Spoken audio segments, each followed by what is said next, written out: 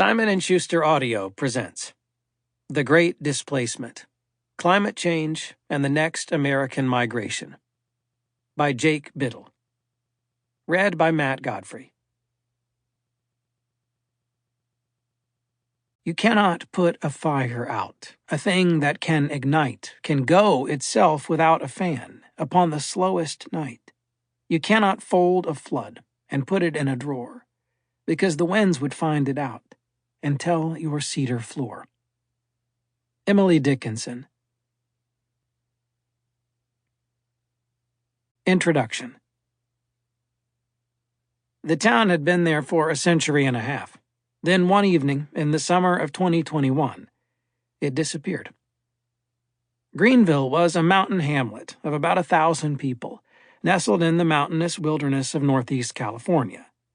The town had sprung up as a mining outpost during the gold rush, and buildings from that era still dotted its main street. The local economy was sluggish, and most residents were far from wealthy, but the community was close-knit. As one resident later recalled, "We'd go to the local grocery store, and sometimes it would take over an hour to get out just to run in and get a gallon of milk or something because we knew everybody." Some residents had moved to Greenville from the Bay Area in search of cheap housing, while others relished the town's distance from urban sprawl. A writer from Greenville would later recall a social tapestry made up of retirees, hippies, bikers, rednecks, ranchers, and cowboys.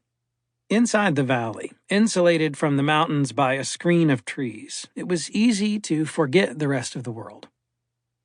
On the evening of August 4th, 2021, one of the largest wildfires in U.S. history breached the valley surrounding Greenville.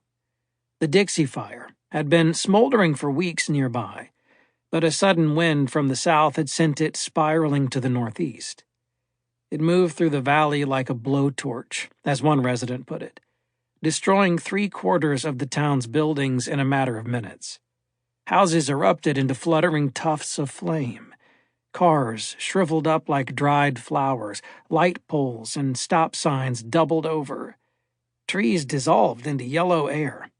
The fire obliterated the library, the pharmacy, the baseball field where the Little League teams played, and the streets that hosted the annual Gold Diggers Mining Festival. It incinerated boxes full of family photos, heirloom rifles, children's toys, and workaday silverware sets. 170 years of history and memory evaporated into soot and haze. The disaster did not end once. Sample complete. Ready to continue?